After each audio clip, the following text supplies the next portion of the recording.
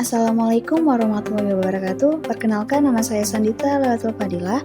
Saya merupakan peserta latsar CPNS Kementerian Agama tahun 2025, angkatan 12, kelompok 2. Di sini saya akan menjelaskan mengenai analisis isu manajemen ASN yang ada di satuan kerja saya. Di era yang serba canggih dan digital saat ini, layanan bimbingan konseling di sekolah menghadapi sejumlah tantangan yang perlu segera diatasi agar dapat memberikan pelayanan efektif dan relevan bagi siswa. Setelah melakukan berbagai penilaian dan pertimbangan, diperolehlah 4 isu yang terjadi di sekolah satuan kerja saya kerja yang akan menjadi topik pembahasan pada materi kali ini. Yang pertama, keterbatasan media digital untuk BK. Berdasarkan observasi di sekolah, tidak ada komputer maupun laptop yang dapat dipergunakan untuk guru BK menjalankan tugasnya. Dan tidak tersedia pula aplikasi khusus manajemen konseling yang terintegrasi. Akibatnya, proses asesmen, penjadwalan, dan penyimpanan data siswa masih banyak dilakukan secara manual, yang pada akhirnya akan memakan waktu dan rentan kehilangan data. Yang kedua, media cetak yang digunakan dalam layanan BK kurang menarik. Poster, brosur, dan leaflet yang disediakan di papan informasi BK cenderung monoton, menggunakan desain sederhana, tanpa memanfaatkan visual yang menarik atau bahasa yang sesuai dengan gaya komunikasi generasi Z atau Gen Z. Nah, kondisi ini membuat siswa kurang tertarik untuk membaca informasi yang sebenarnya penting bagi mereka. Data yang tersedia di mading BK juga tidak terbarui, seperti informasi mengenai kalkulasi keterlambatan di setiap semester, tidak terlihat adanya perubahan ke database terbaru di semester ini. Ketiga, kurangnya ruangan dan media privasi konseling. Fasilitas ruangan konseling di banyak sekolah, termasuk salah satunya di satuan kerja saya, seringkali terbatas secara fisik. Ruangan BK yang harusnya digunakan secara pribadi agar menjaga privasi setiap siswa, kini digunakan bergantian oleh 9 guru BK jika ada siswa yang akan konseling. Tidak adanya sekat di ruang BK yang membuat privasi siswa tidak dapat terjaga. Hal ini dikarenakan ruangan BK pada tempat satuan kerja saya itu bersifat multifungsi, di mana satu ruangan BK dipakai untuk administrasi sekaligus konseling. Hal ini tentunya berpotensi mengurangi kenyamanan dan rasa aman siswa untuk terbuka dalam sesi konseling, yang pada akhirnya menurunkan efektivitas layanan yang akan diberikan oleh BK.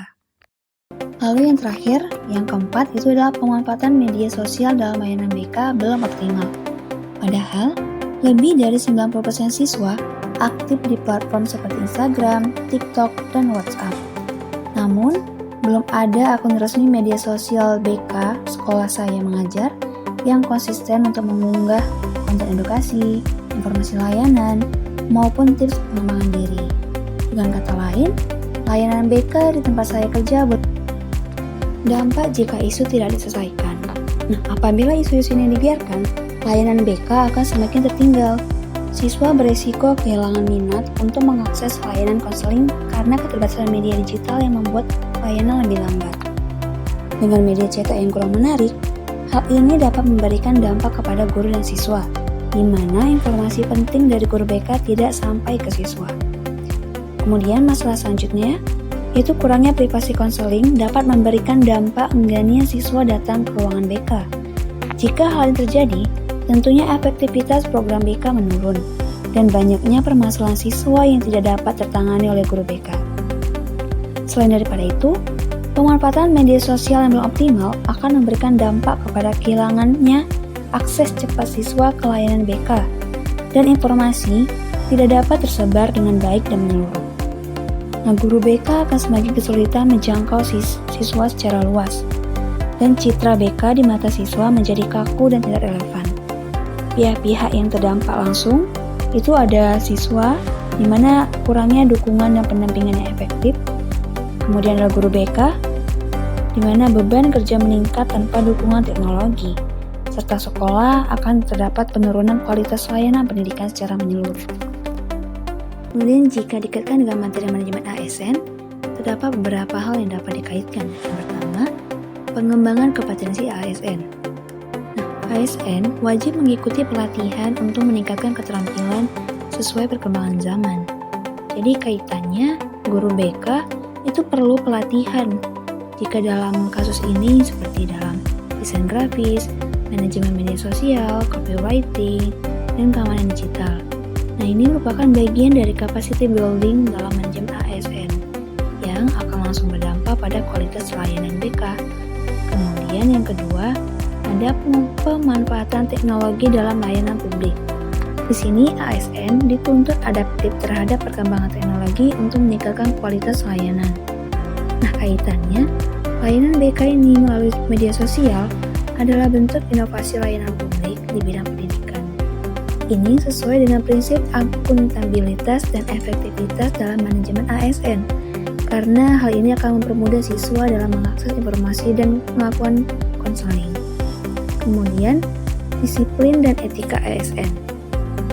Dalam manajemen ASN, ada kode etik dan perilaku yang harus dijaga, termasuk saat memanfaatkan media digital. Nah, kaitannya itu guru BK harus memastikan konten yang dibagikan di media sosial itu mematuhi etika profesi, melindungi privasi siswa, dan tidak mengandung informasi yang menyesatkan. Inilah yang merupakan bagian dari integritas ASN. Selanjutnya, setelah mengetahui isu yang ada, kita akan melakukan penyaringan isu menggunakan alat tapisan USG. Nah, alat tapisan USG adalah salah satu metode prioritas masalah yang dipakai dalam perencanaan program, termasuk di sekolah dan pemerintahan. Alat USG sendiri itu digunakan untuk menyaring dan menentukan prioritas masalah dengan memberi skor pada 3 kriteria. Yang pertama itu U sebagai urgensi, yaitu seberapa mendesaknya masalah. Seberapa perlu masalah ini segera ditangani. Kemudian yang kedua, seriousness atau S, itu adalah keseriusan masalah. Jadi seberapa besar dampaknya jika masalah ini tidak dapat diselesaikan. Kemudian yang ketiga, growth, yaitu potensi berkembangnya masalah. Seberapa besar masalah ini akan bertambah buruk di masa depan jika dibiarkan. Jika dilihat berdasarkan tabel, maka pemanfaatan media sosial belum optimal itu menjadi salah satu core issue atau menjadi core isu utama pada permasalahan kali ini, di mana dia mendapati skor sempurna yaitu 15, di mana urgensi poinnya 5, seriousness 5, dan growth 5. Setelah mengetahui satu core isu, hal yang selanjutnya saya lakukan adalah pemetaan masalah, yaitu tentunya menggunakan fishbone. Nah, dapat dilihat dalam tabel, saya menggunakan 5M untuk menganalisisnya. Yang pertama adalah machine, yaitu tidak adanya perangkat khusus untuk membuat konten. Kedua, material, yaitu konten kurang variatif, konten kurang relevan. Yang ketiga, method, yaitu tidak ada SOP pengelolaan, tidak ada jadwal kalender konten bulanan.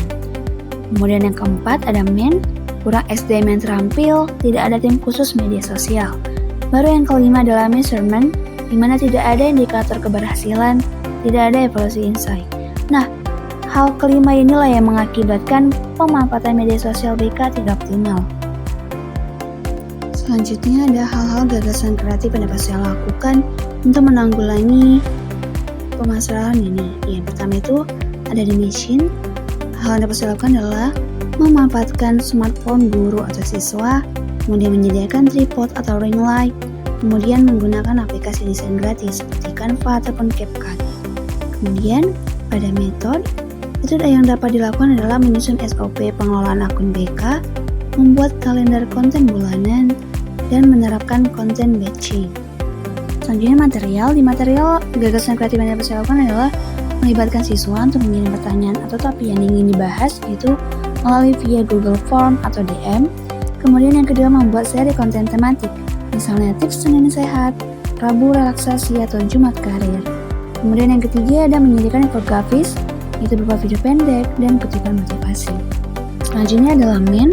Gagasan kreatif yang dapat saya lakukan atau berikan adalah membentuk tim kreatif BK yang terdiri dari guru BK dan perwakilan OSIS.